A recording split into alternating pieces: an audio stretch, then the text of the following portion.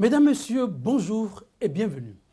Il y a un an, le 6 mars, plus exactement, oui, le peuple béninois, dans une ambiance hors pair, allait aux urnes pour élire celui ou celle qui devra désormais présider aux destinées du Bénin. Boni Yayi venait à la fin de son second et dernier mandat constitutionnel. Mais le chef de l'État sortant ayant un candidat en lice, Lionel Zinsou, pour qui il a d'ailleurs ouvertement battu campagne, le scrutin a pratiquement pris l'allure d'un référendum pour ou contre la perpétuation du système de gestion Boni Yayi. La réponse n'aura pas été aisée à apporter par les électeurs. Aucun des candidats favoris ne l'emportera au premier tour. Lionel Zinsou sortira en tête avec 28,44% des suffrages, suivi ensuite de Patrice Talon et Sébastien Javon, respectivement accrédités de 24,80% et 23,03%. Clair, c'était pas à démêler facilement les chevaux. En position de faiseur de roi, Sébastien Javon a appelé pour le second tour à voter pour Patrice Talon. La suite n'est plus à rappeler. 11 mois déjà qu'au rythme de rupture et de nouveaux départs. Ensuite, de Bénin révélé, Patrice Talon tient en main les rênes du pays avec à la clé toute une série de réformes. À l'euphorie du départ semble s'opposer peu à peu une certaine anxiété mêlée de lassitude. À tort ou à raison, on parle d'une démocratie désormais mal en point, avec ses leviers phares en souffrance. Les fouilles ne seraient pas en train de tenir la promesse des fleurs. Erreur d'appréciation ou une bien réelle vue des faits. C'est le nœud gordien autour duquel se fera votre émission débat 100% du jour. Thème au menu, appel pressant au Bénin à rectifier la rupture, le nouveau départ, le Bénin révélé. Une démarche qui tient à un appel citoyen ou à la désobéissance civile. En somme, quelle lecture peut-on en faire? Pour en débattre, deux invités de deux mondes différents, ne serait-ce que par leur activité. Même si, il faut le dire, de par le patronyme, ils se ressemblent.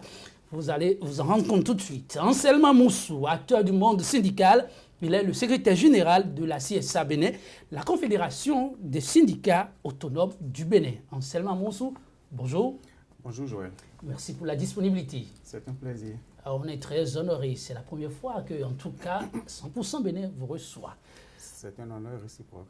Alors, dites déjà un petit bout de temps qu'on tient aussi de l'autre côté le commandement au niveau du premier fauteuil de la CSA Bénin. Comment ça se vit?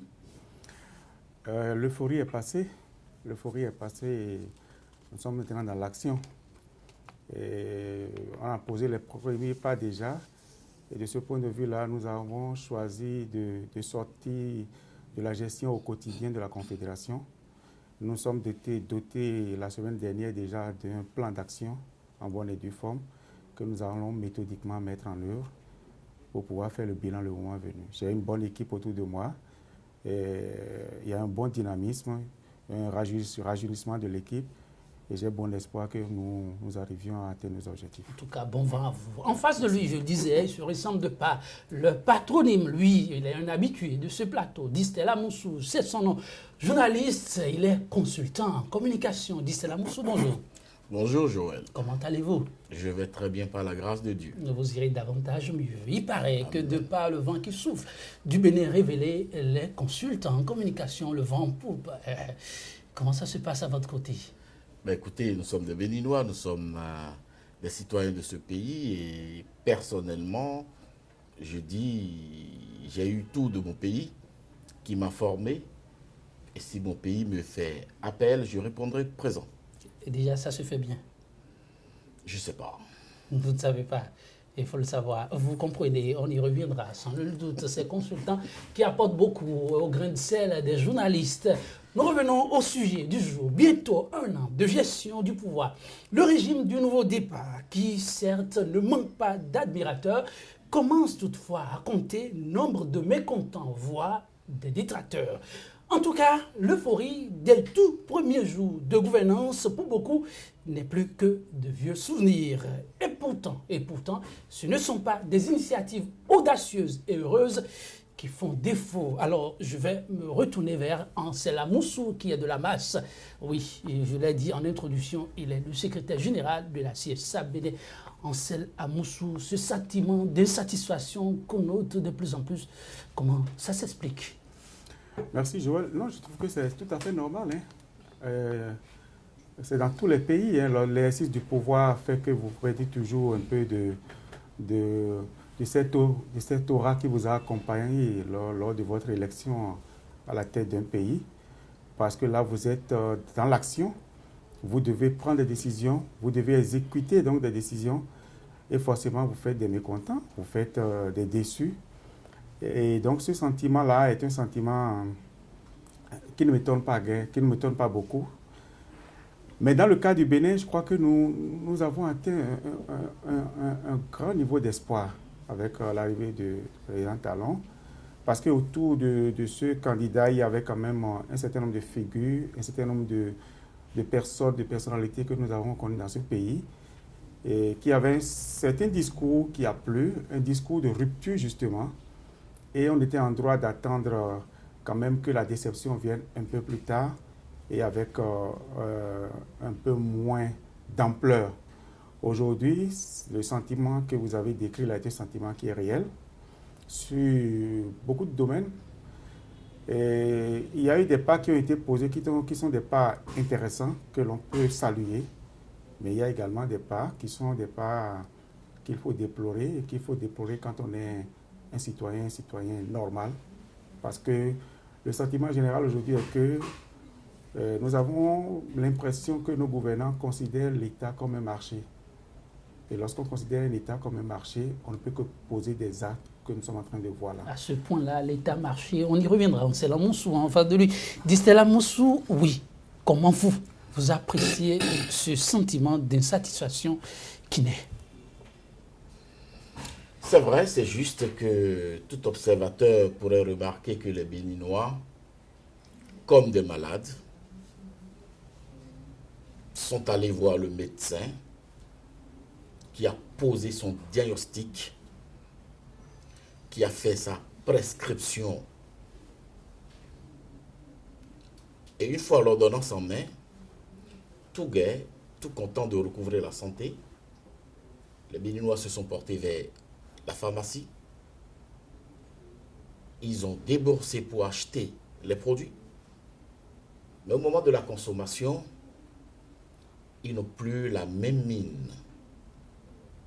Ou parce que les médicaments sont amers, ou parce que pendant la prise, il y a les effets secondaires. Votre allégorie, c'est pour envoyer à quelle image? C'est pour dire que le Bénin, comme un chantier,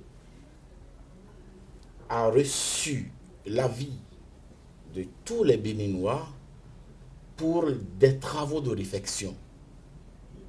Alors, pendant ces travaux, il y aura forcément des casses, il y aura des débris, il y aura des gênes, il y aura de l'inconfort.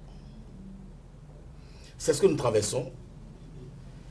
Et je dis, les Béninois, en faisant le choix donc de la réfection, ont en principe anticipé sur ce qui devrait ou pourrait avoir comme inconfort ou incommodité. Mais j'observe que face à la réalité, il y a beaucoup de grincements de dents. Et je ne suis pas surpris, parce que dans ce pays, nous avons pour habitude de laisser faire les choses. Nous avons pour habitude de gérer, de gouverner par compassion. Et pour une fois, il s'est trouvé, ou il se trouve un chef d'État qui n'a que faire de la compassion. J'ai déjà suivi, écouté beaucoup de cadres béninois, même au sein de l'élite, bomber le torse pour dire qu'il faut qu'un vent Rawlings souffle un jour dans ce pays. Vous voulez dire que c'est le vent Rawlings qui souffle actuellement au Bénin? Bénin? Ce n'est même pas encore le vent Rawlings. C'est Rawlings en devenir. Je dis, ce qu'il faudra pour ce pays, c'est un véritable vent de Rawlings. En tout cas, il y a un vent qui souffle. S'agit-il de vent Rawlings ou un vent typiquement au Patrice Talon, marque déposée? Ils sont là pour apprécier plus amplement. Mais il y a des voix qui de plus en plus se détachent. Au nombre d'elles, une voix pas trop étrangère aux Béninois. L'appel est lancé par une certaine chapelle d'opinion portée par le professeur Andor Chameissé qui appelle à rectifier la rupture. Le Bénin révélé. Là, en celle-là, à Moussou, au regard du tableau observé jusqu'à présent. Dire qu'il faut rectifier la rupture, le Bénin révélé. Comment ça s'entend pour vous? Merci beaucoup, Joël. Je dois d'abord dire, avant de répondre à votre question, que moi, je considère qu'un homme d'État qui n'a pas de compassion,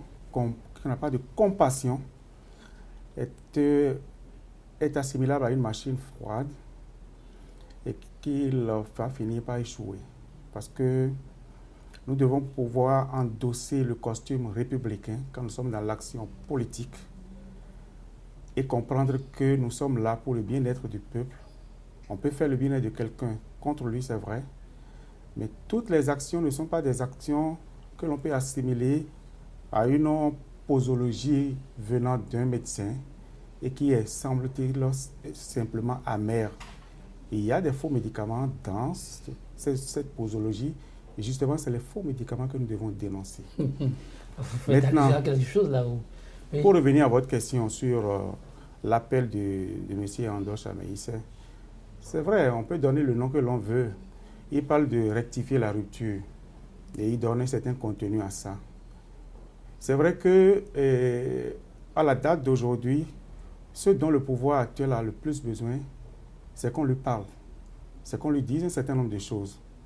Parce qu'on a le sentiment qu'ils sont dans une bulle, qu'ils sont sourds à tout, et portés par les 60 et quelques % de scores réalisés au présidentiel, et oubliant qu'il s'agit des hommes sur lesquels il faut agir. Donc, il faut leur parler. Et leur parler, c'est quoi? C'est leur indiquer un certain nombre de choses qu'il faut faire autrement. Déjà par rapport à la démarche, sur un certain nombre d'actions qui peuvent être des actions tout à fait pertinentes, mais qui ont besoin d'être menées autrement. Peut-être un peu avec une petite compassion, une petite dose de compassion. Non pas de la compassion pour laisser tomber l'action pertinente, mais de la compassion pour savoir la présenter aux personnes. Il y a également des actions qui sont des actions totalement farfelues et sur lesquelles, justement, on a besoin que des acteurs qui s'y connaissent disent au gouvernement, attention, ici, il y a un problème. Parce que le péché mignon, de mon point de vue, que je remarque aujourd'hui au sein de l'équipe qui nous dirige, c'est il y a une sorte de ce que j'ai appelé le complexe de l'intelligence aboutie qui n'a besoin de personne d'autre pour évoluer. Et ça, c'est un défaut. C'est un complexe qui va complètement avilir l'action. Même si c'est une action par ailleurs mûrement réfléchie, ça va avilir parce que lorsque vous donnez le sentiment que vous n'avez besoin de personne pour avancer, vous ne pouvez pas réussir. Le chef qui reste totalement inaccessible, ou qui n'est pas facilement accessible, est un chef qui échoue. Et donc, quand on parle de rectifier la rupture, moi, je vois ça dans ce sens-là. Non pas empêcher le gouvernement d'aller de l'avant, de mettre en œuvre son programme, parce que nous l'avons élu pour ça. Non pas empêcher le gouvernement de faire les réformes, qui sont des réformes qui, dans plusieurs domaines, sont tout à fait justifiées, mais pouvoir souffler de temps en temps au gouvernement, attention, ça là, on peut faire autrement et aboutir au même résultat, parce que justement, nous avons des habitudes qui sont restées depuis des siècles, depuis des années, et pour cette manière donc de couper dans la chair n'est pas toujours la bonne manière, parce qu'il s'agit des hommes. Il s'agit des hommes, dit Stella Moussou. Vous avez parlé tout à l'heure de compassion. Il paraît que, oui, c'est le consultant en communication qui parle, mais il est aussi du peuple. Il dit, un chef qui ne sait pas avoir de la compassion risque de passer à côté de son objectif parce qu'il travaille avec des humains. Et cela n'empêchera que vous répondiez à ma question, rectifier la rupture. Qu'est-ce que cela s'entend avant Dieu? Déjà, il faut retenir que je ne suis pas de ceux qui pensent qu'il faille gouverner ou diriger un pays avec des humeurs. Parce que la gouvernance basée sur les humeurs conduisent à de la compromission. Et je ne suis pas adepte des compromissions parce que je suis un légaliste, parce que j'épouse la science et je dis la gestion, la bonne gouvernance à la tête d'un pays fait appel à de la science politique, à de la science sociale, à de la science économique. Est-ce que vous voyez? Rectifier la rupture, je n'ai pas été au laboratoire pour l'élaboration de ce concept ou de ces multitudes de concepts, rupture, Bénin révélé, Nouveau départ. Je n'ai pas été au laboratoire pour la mise en place de ces concepts. Mais observateur, vous êtes. Mais je sais que vous en savez beaucoup. Observateur, je le suis. C'est pour cela que je trouve que le concitoyen Andoche Aménissé pourrait être comparé à celui qui, disposant de moyens, a voulu donc se donner une maison comme un bon béninois.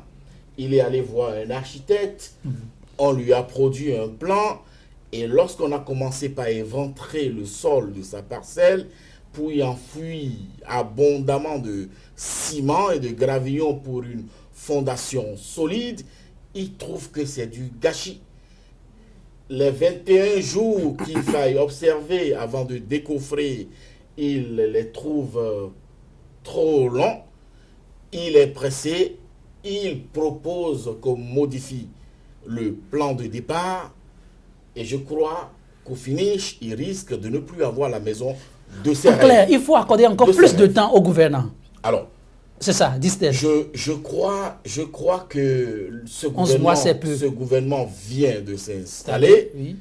Il est en train d'éventrer le sol de nos parcelles ou de notre parcelle pour y enfouir suffisamment de ciment, de gravillon, de fer pour une bonne fondation. Et il se trouve des Béninois pour être pressés, sans compter que le chef de l'État a été suffisamment clair. Lui qui communique très peu, je le lui reproche aussi, mais il a été clair à travers une image.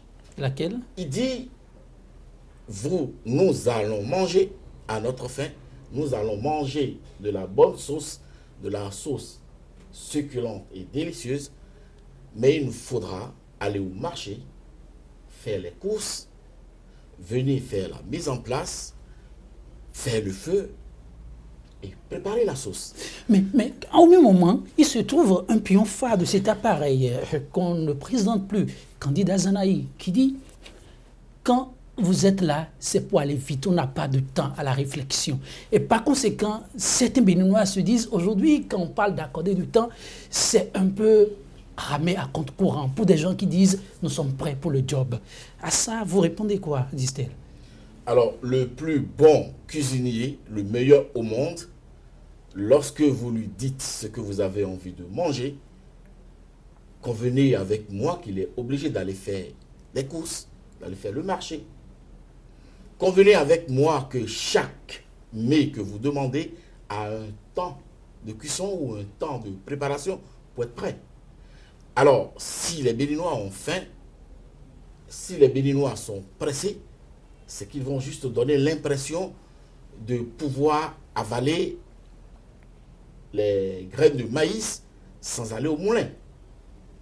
Et ça va leur donner de l'indigestion. Ça va leur donner de Distel l'indigestion. Amoussou, oui, votre collègue de par le sang, Distel, il dit il faut accorder du temps, oui, au gouvernement. Ça vient que de faire 11 mois, bientôt 1 an. Alors, ils en ont 4, sinon 5, il reste encore 4 ans devant. Et ça, on a aussi l'impression que vous ne le dites pas suffisamment à ceux qui vous entourent, vos syndiqués qui chaque matin en sont à donner de la voix, de l'impatience. Joël, puisque nous sommes dans le domaine culinaire, Oui. restons-y et scrutons un peu cette attitude d'un père de famille qui devant les pleurs de ces enfants qui sont affamés, dit « Attendez, attendez, attendez ». Justement, on doit faire le marché, on doit faire la mise en place, on doit faire cuire le repas. Mais c'est pour ça que nos mamans et nos papas ont toujours prévu le gari à côté, en attendant. C'est ça également qu'on peut faire si on a un peu de compassion. Actuellement, il n'y a pas de gari à côté? C'est ce que je veux dire. Juste le temps que la nourriture ne cuise, on peut tromper la faim des enfants qui pleurent. Moi, je ne dis pas, comme les gens, qu'il faut empêcher le gouvernement d'aller de l'avant. Je ne dis pas non plus qu'il faut trop lui donner du temps et qu'on ne lui en donne pas assez. Ce que je dis simplement, en étant un tout petit peu d'accord avec le Conseil de rectification des Andoches, c'est que dans toute action humaine, vous ne pouvez pas avoir la science infuse. Le chef de l'État et son gouvernement ont posé des actes forts que nous avons salués, sur lesquels il n'y a pas eu de récrimination. Je prends l'exemple de la question de l'énergie. Il y a une amélioration par rapport à ce que nous avons connu dans le passé. Ça, c'est à l'actif du gouvernement. La question des chefs-lieux du département, ça a été réglé, tout le monde a applaudi. Donc, il y a eu des actes forts qui ont été posés que tout homme sensé ne peut qu'applaudir. Mais dans le même temps, ça ne doit pas nous empêcher d'attirer l'attention sur un certain nombre de choses, parce qu'il y a eu des erreurs. Je donne un exemple. Oui, allez-y. Écoutez, vous avez vu la crise que l'école primaire a traversée ces derniers temps. Ça fait partie des réformes. Ça fait partie des achats pour aller faire à manger à des gens. Pourtant... Ne me dites pas que vous venez défendre un peu l'indéfendable ici. Il paraît que les vôtres étaient vraiment des indisciplinés. Les syndiqués qui sont allés en grève. Pourtant, pourquoi on a rapporté les arrêtés? Pourquoi on a rapporté? Il paraît que les enfants... C'était une réforme qui n'avait pas été suffisamment participative et donc qui avait beaucoup de failles. Qui était une mauvaise réponse à un vrai problème dans notre sous-secteur de l'enseignement primaire. Et c'est ça que les gens ont mis en avant. Et je savais le gouvernement qui a compris rapidement que là, on était dans l'impasse, qu'il fallait reculer pour mieux réfléchir. Et aujourd'hui, ce qui se fait au niveau de l'enseignement primaire, c'est qu'on a appelé tous les acteurs parce que chacun a une petite idée à apporter pour avoir un plat mangeable. Parce que le cuisinier qui dit « je suis le plus beau », que nous n'avons jamais vu présenter un plat, il faut quand même qu'on le suive pour dire « attention, est-ce que le sel que tu mets là, il n'y en a pas un peu trop ?» Parce que nous aussi, on s'est préparé. Parce que le ragoût qu'il est en train de cuisiner là, nous aussi, on a appris à le faire. Donc on peut suggérer des ingrédients. C'est tout ce que nous demandons, mais non pas l'empêcher de cuire le repas à son rythme. C'est un peu ça. Et donc je pense que fondamentalement, ce qui manque aujourd'hui, c'est une forme de dialogue social que nous avons besoin. Parce que le chef de l'État, n'oublions pas, n'a que 5 ans. Il ne lui en reste que 4 aujourd'hui. Et moi, on m'a appris à éviter, à faire économie de bras de fer quand je le peux. On peut éviter, en tant que président de la République, on peut éviter les oppositions de principe. Parce que simplement, vous avez eu la bonne démarche qu'il faut. Je vais vous donner un deuxième exemple. Oui. On parle de liquidation de certaines structures, une douzaine, notamment la SONAPRA. Et, en tout cas, au niveau de ma confédération, nous n'avons jamais été contre les mesures qui ont été prises, parce qu'en discutant même avec les travailleurs de la maison, vous vous rendez compte que la situation était devenue invivable et que tout gouvernement censé ne pouvait que prendre des mesures. Le gouvernement a dit, OK, je fais la liquidation des structures. Mais comment peut-on faire une liquidation des structures où il y a des travailleurs qui ont leur emploi, qui ne savent plus à quel sens se vouer et ne pas prévoir le volet social? Même au temps fort du FMI, on avait le volet social. Le volet social ne veut pas dire forcément, comment dire, ne pas aller vers la fin des réformes. Ça veut dire simplement faire collaborer les gens, discuter avec eux pour voir quelle est la meilleure manière d'encore de régler les problèmes sociaux qui sont là. Et donc, voilà une manière de rectifier, par exemple, la rupture. Voilà une manière d'améliorer une action publique. Imaginez pas le pouvoir pour aller de l'avant dans le cadre du développement de notre pays. Mais quand on reste sous à tout cela, c'est qu'on va dans le mur. Et on a beau comment dire, avoir l'intelligence, toute l'intelligence du monde, il arrive un moment où il y a un seuil. Et lorsque ce seuil est franchi, vous pouvez tout avoir. vous allez échouer. La situation de bien. Parce qu'on nous donne souvent l'exemple. De plus en plus, j'entends donner l'exemple du Rwanda. Oui. Ah oui, C'est un pays l'exemple du modèle, Rwanda. non? Vous n'allez pas Modèle. remettre ça en cause. Écoutez, allez voir ce qu'il y a derrière ça. La Kigali appartient à 2 ou 3 personnes. Kigali a 2 ou 3 personnes. C'est-à-dire, c'est une manière de parler pour dire c'est des groupes organisés qui ont tout dans le pays. C'est à ça qu'on veut nous amener. On n'a pas besoin de ça ici. Bon, maintenant, si Quand je prends les questions de liberté, attendez, avant les questions, si les 2 en personne arrivent à mieux gérer que les autres Béninois, bon, je ne sais pas, les autres vont se rallier pour apprendre à faire. D'accord, c'est pas drôle. C'est une manière de voir les choses, mais c'est comme ce n'est pas la bonne manière de voir les choses. Parce que, regardez, par rapport à la manière aujourd'hui de mener les choses, j'ai dit au début de votre entretien qu'on a le sentiment que l'État est regardé comme un marché où il faut faire du profit. Et quand c'est comme ça, on réussit en tant qu'homme.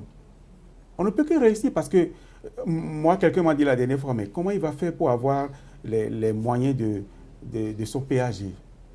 Il peut avoir les moyens facilement. Parce que c'est le privé.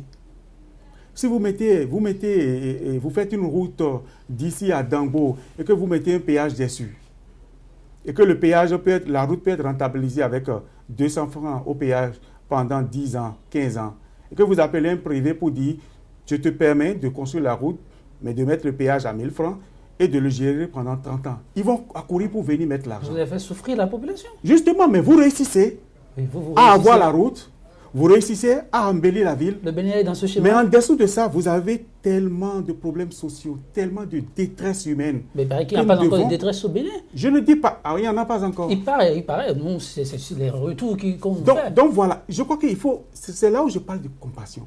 Le chef de l'État, c'est un homme. Et moi, je reste persuadé que ceux qui sont autour du chef de l'État et qui disent non, il faut foncer, peut-être ne le connaissent pas assez. Et c'est pour ça que nous, acteurs sociaux, nous devons faire en sorte d'obliger le gouvernement à avoir la qualité de dialogue qu'il faut. Parce que quand vous parlez à un homme, vous avez une chance de toucher son cœur et de l'amener donc à revoir un certain nombre de principes qui peuvent être des principes. Distel brûle d'envie de prendre la parole. C'est un peu ça. Vous pouvez donner la parole. Et après, on revient vers la question de liberté. Oui, Distel Amoussou. Non, je comprends la démarche de mon frère.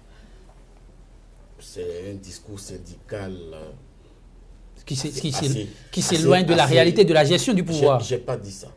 On veut comprendre. Oui. Mais j'ai dit que c'est un discours syndical assez chiadé, qui ne manque pas de pertinence. Je l'en félicite. Sauf oui. Que on ne peut pas régler individuellement les problèmes des 10 millions que nous sommes. Un gouvernement agit sur des leviers au plan social. Un gouvernement agit sur des leviers. Et quels sont les leviers sur lesquels il agit déjà actuellement? La santé, l'éducation. Ça fait partie des leviers, et j'en passe, et ça fait partie des leviers essentiels. Actuellement, au niveau de la santé, comment ça se présente? Au Bénin, actuellement, le système éducatif béninois a des problèmes. Il va me répondre tout à l'heure. Il répond en même temps? Je crois que non. Est-ce que actuellement, au plan de la santé, les Béninois ont accès à des soins de santé librement et à coût raisonnable? La réponse? C'est oui. C'est oui. Il suffit de jeter un coup d'œil dans la sous-région. Pour observer. Observer. Il veut dire un mot. On va l'écouter rapidement et vous allez continuer. Est-ce que vous voulez dire ce sourire-là, on va l'écouter, Distel. Oui. Allez-y. Par rapport à ces deux leviers, allez-y très rapidement. Vous allez voir clignoter les yeux. Je ne crois pas avoir bien compris, Distel. Il est en train de me dire que dans le système éducatif béninois, que tout va bien, c'est ça? Non, je n'ai pas dit ça. Ah, je crois. Mais j'ai demandé s'il y a des problèmes. J'ai commencé par dire que pour régler les problèmes sociaux, un pouvoir, un gouvernement ne va pas régler les problèmes individuellement. Nous sommes 10 millions. Et que pouvoir, un gouvernement agit sur des leviers. Et j'ai cité le système éducatif. Est-ce que oui ou non, il y a des problèmes aujourd'hui? Est-ce qu'il y a un blocage du système éducatif au Bénin où les Béninois, les enfants béninois n'ont pas droit à l'instruction? La réponse, c'est non. C'est d'une évidence. Qu'il y ait des problèmes de coordination, de fonctionnement, de structuration, ceci est inhérent à toute œuvre humaine et partout dans le monde. D'où la rectification. Je dis, non pas forcément la rectification, parce que là, c'est une mesure révolutionnaire. Non. Donc, vous faites partie de ceux qui pensent que ça peut pousser à la désobéissance civile. Parce qu'il y en a qui disent déjà que... Je ne suis pas partisan des troubles dans la tête des Béninois. Je dis, posons les problèmes et posons les bonnes questions. Nous sommes un jour ouvrés. Toutes les écoles au Bénin sont ouvertes et les enfants sont à l'école. Aujourd'hui, tous les centres de santé fonctionnent et tous les malades bénéficient de l'assistance de spécialistes. Que le prix de Gary double aujourd'hui le prix du maïs, c'est un problème structurel.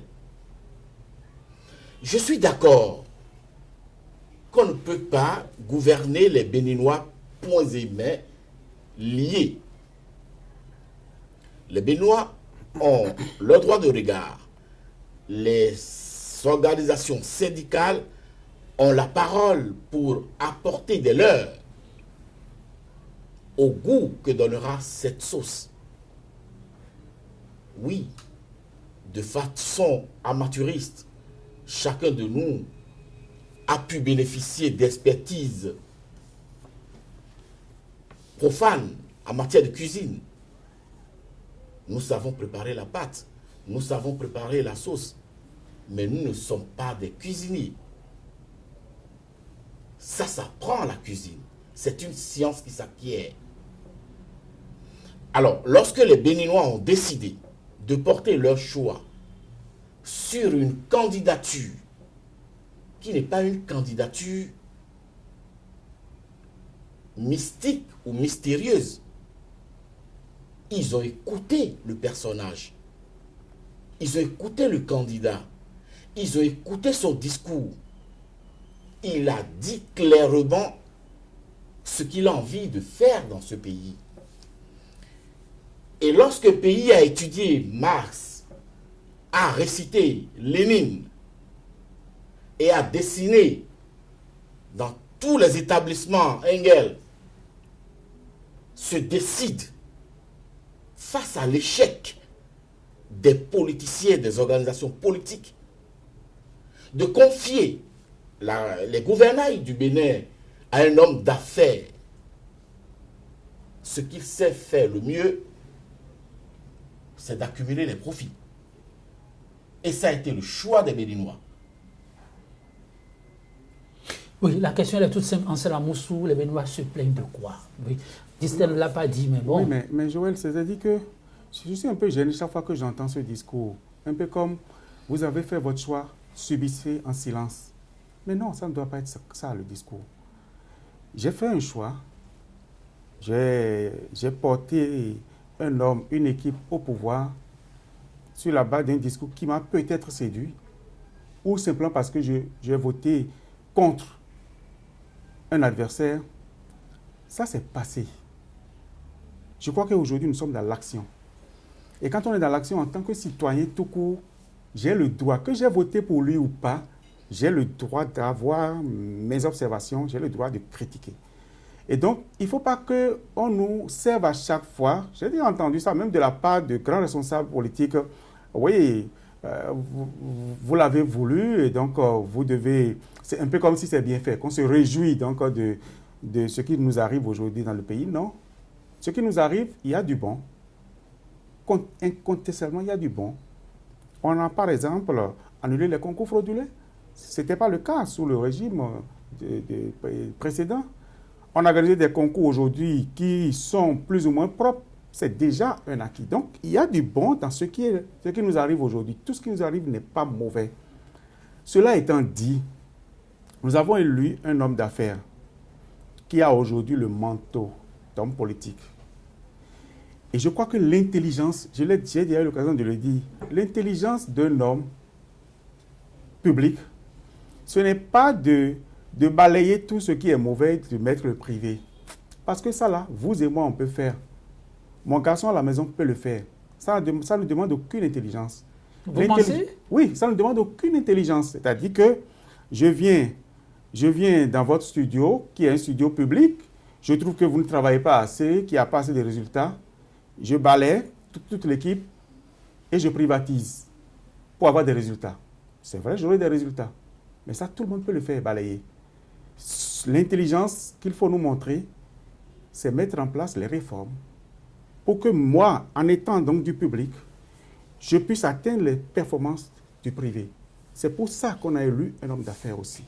Ce n'est pas seulement de considérer l'être humain, l'État comme une entité qui doit faire du profit. L'État ne fait pas du profit. L'État est là pour le bien-être social. Et c'est là toute la différence. Je ne peux pas gérer l'État comme j'ai géré ma société. Je ne suis pas un PDG du Bénin. Ben, je suis le président du Bénin. Je voudrais savoir sur quelle base, avec quelles ressources l'État pourrait faire le social. Donc vous pensez donc qu'un État ne peut pas trouver les moyens pour faire le social? Comment trouver les moyens si les Béninois ne veulent pas payer leurs impôts? Comment trouver les moyens lorsque vous avez une économie basée essentiellement sur la fiscalité? Oui. Comment trouver les moyens si vous ne recherchez pas à redynamiser votre port, qui est un port de service par essence? Oui. Il est dynamisé aujourd'hui. Comment trouver les moyens si les Béninois refusent de payer l'impôt foncier? Alors, si le Béninois refuse de payer l'impôt foncier, qu'est-ce qu'il faut faire? Alors, il faut l'obliger à payer l'impôt foncier. Et comme ça, vous allez parler vous allez parler de persécution. Mais non, c'est pas ça. Vous allez parler d'appauvrissement. C'est-à-dire que des Béninois. Moi, je voudrais pas qu'on avilisse le débat. Le SG tout à l'heure a cité les bonnes actions, mais je ne l'attendais pas sur ce terrain. Je l'attendais plutôt sur le terrain des mauvaises actions que je n'ai pas encore eues jusque-là. Ah, il n'y en a pas? Dites-les nous, citez-les nous. Parce que vous êtes cantonné à citer les bonnes. Je voudrais justement qu'ils citent les mauvaises actions. S'il y a de mauvaises actions. Ce qui ne va pas, pour qu'on en parle. Pour qu'on parle de rectification. Et voilà. J'ai donné l'exemple tout à l'heure de la procédure de liquidation. C'est un exemple que j'ai donné. C'est un exemple, oui. Les questions de liberté, on ne les a pas abordées. Oui, c'est vrai. C'est important, les questions de liberté. Allez-y. Je disais qu'on allait... Je ne prendrai que le dernier exemple où on a empêché des étudiants donc, de faire une conférence de presse dans un lieu privé. Pour un pouvoir qui est venu dans les conditions que nous connaissons, je crois que c'est le minimum qu'on pouvait attendre de lui, de nous permettre de maintenir, de préserver les acquis importants en matière de liberté. On n'a pas eu. Je vais donner un autre exemple. Et vous me direz, c'est peut-être là toute la subtilité de ce que moi je fais comme critique de l'action gouvernementale aujourd'hui. Oui, allez-y pour l'exemple. Lorsqu'on me dit que le chef de l'État a été autorisé à acquérir un domaine public à ce prix-là. Oui. Vous n'applaudissez pas? Non, je n'applaudis pas. Pourquoi? Je n'applaudis pas en tant que citoyen. Non pas que le chef de l'État a violé la loi. Il n'a pas violé la loi. Voilà. C'est tout à fait légal. Nous sommes là dans le domaine de l'éthique et de la morale. Il y a mal Parce que je suis le chef de l'État. J'identifie moi-même un domaine public. Je le fais évaluer moi-même. Je dis, bon, je vous l'achète au double du prix. Regardez ce que nous avons traversé ces derniers moments où on a dit que le président de la République du Bénin peut tout. C'est le super-homme. C'est ça que nous avons combattu.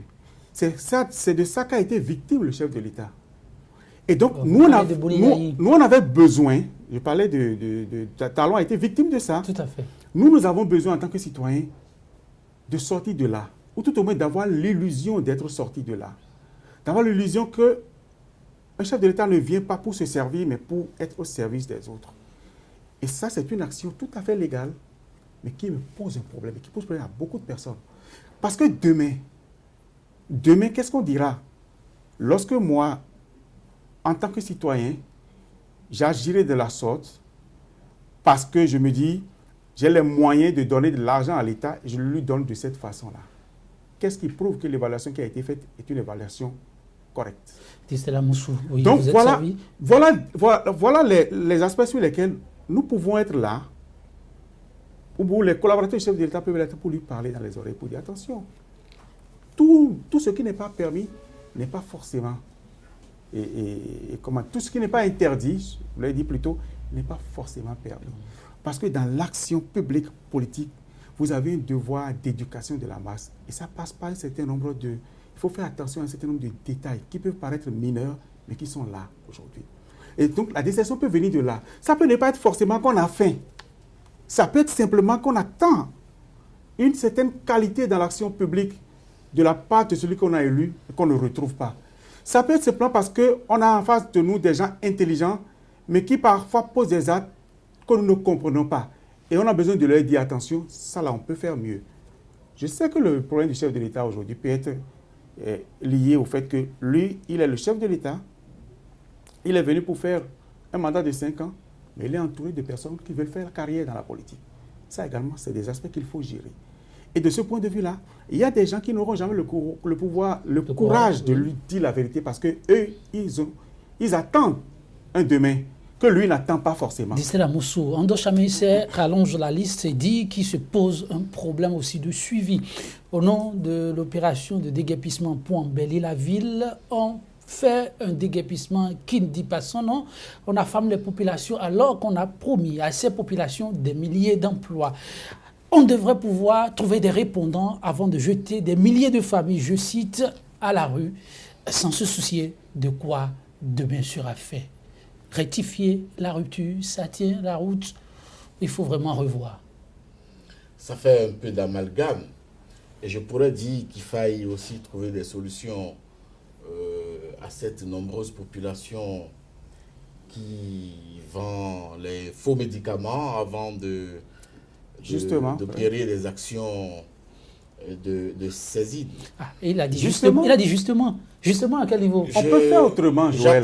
Non, vous avez lancé... Attendez, allez-y. On peut faire autrement. On dit que des faux médicaments tuent. Distel, on va revenir sur... Terrain, mais je ne l'ai pas vu. Non, il a pris la parole. Il dit justement... Il ne voit jamais sur aucun terrain. Je ne l'ai pas vu. Non, allez-y, Anselme. Comment ça? C'est des faux médicaments, on dit que ça tue. Distel, on va l'écouter. Parce que vous avez sorti le mot, oui. Des médicaments qui ne sont pas fabriqués par ces bonnes dames. Ces bonnes dames auprès desquelles l'État perçoit des taxes depuis des années. Ces bonnes dames pour le compte desquelles la SOGEMA a construit des hangars, des boutiques pour les abriter, qu'elle leur a loué. Et donc, il y a une part de responsabilité de l'État qui est une part très importante. Nous devons toujours tenir compte du contexte qui est le nôtre. Et c'est là où je reviens à la compassion. Il y a une bonne manière de régler le problème des faux médicaments sans passer forcément directement par cet aspect-là. Nous connaissons le couloir d'importation de ces médicaments. Pourquoi ne pas commencer par couper ça? Ça, c'est un message fort. Parce que ce sont des personnes qui ont de gros moyens. Aujourd'hui, on s'attaque aux petits moyens, à des dames à qui on a donné de l'espoir et qui sont allées donc faire des prêts. Ensuite, on va plus loin. Et c'est là où je trouve que c'est totalement cynique. Cette opération-là? Oui, là, on n'est plus seulement dans le souci de préserver la santé publique. On est dans le cynisme pur. Non, mais... Je m'exprime, Joël. Oui, on en a besoin. On vient détruire les boutiques, on saisit les médicaments et on présente ces personnes-là au procureur. Et le chef d'accusation, c'est importation de produits vénéneux, je ne sais pas quoi. C'est elles qui ont importé. Je ne sais pas si vous vous rendez compte. Et il y en a qui sont gardés en prison. C'est là où je parle de cynisme. On peut détruire leur... Vous l'avez donné la parole. Oui, laissez-le finir. Vous allez prendre rapidement la parole. Allez-y. Distel, vous aurez la parole tout à l'heure. Je crois que si l'élite émet ces genres d'analyse, de réflexion au regard de sujets... Malheureusement, je ne me considère pas comme élite. Assez élite syndicale. Je ne me considère même pas comme élite. Vous êtes secrétaire général d'une centrale très importante dans le pays. Je crois que si l'élite émet ce genre d'analyse, il y a problème parce que, vous savez quoi, il y a subtilité même dans la loi. Le contexte juridique de l'opération qui a été menée est tel que le commerce de médicaments, de faux médicaments est considéré comme un délit. Donc, une action pénale pendant que la contrefaçon est une contravention. Distel Amoussou. J'espère que Distel a regardé l'audio du ministre Wadaï. Qui date de 2015. Et c'est récent. Je vais répondre courageusement à cette question. Et qui fait quoi? Et c'est ça. Qui dit clairement qu'il ne faut pas gérer la question des faux médicaments de la façon dont nous gérons ça aujourd'hui. Il n'était pas encore ministre et il avait dit. Et ça n'est pas juste, ça n'est pas honnête de penser que l'opération qui a été menée ces derniers jours par rapport aux faux médicaments au Bénin soit une opération exclusivement béninoise. C'est une opération qui a cours au Sénégal, dans la sous-région. Distel Amoussou, avec votre permission, le débat d'aujourd'hui, vous le savez, ne porte pas sur les faux médicaments. Mesdames, Messieurs, on y reviendra. Chers invités, vraiment au regret de vous annoncer que le temps est complètement terminé. Faut-il rectifier ou non la rupture? C'est autour de la thématique qu'on s'est réunis ce matin, un bilan en somme à mi-parcours du travail qui jusque-là est en train d'être porté par l'actuel chef de l'État qui a suscité beaucoup d'espoir. Les prochains jours, on se retrouvera pour approfondir, pourquoi pas, la question. Mesdames, Messieurs, chers téléspectateurs, chers invités, merci d'avoir été des nôtres. 100% Bénin. Oui, vous l'avez compris, les rideaux se referment sur ce numéro. Et sans vouloir relancer un autre débat, je vais conclure sur la très controversée citation de l'écrivain et acteur politique savoisien Joseph de Maistre. Je cite, « Toute nation a le gouvernement qu'elle mérite ». Mesdames, Messieurs, excellente suite de journée en compagnie de nos programmes. Au plaisir de vous retrouver très bientôt pour notre plateau.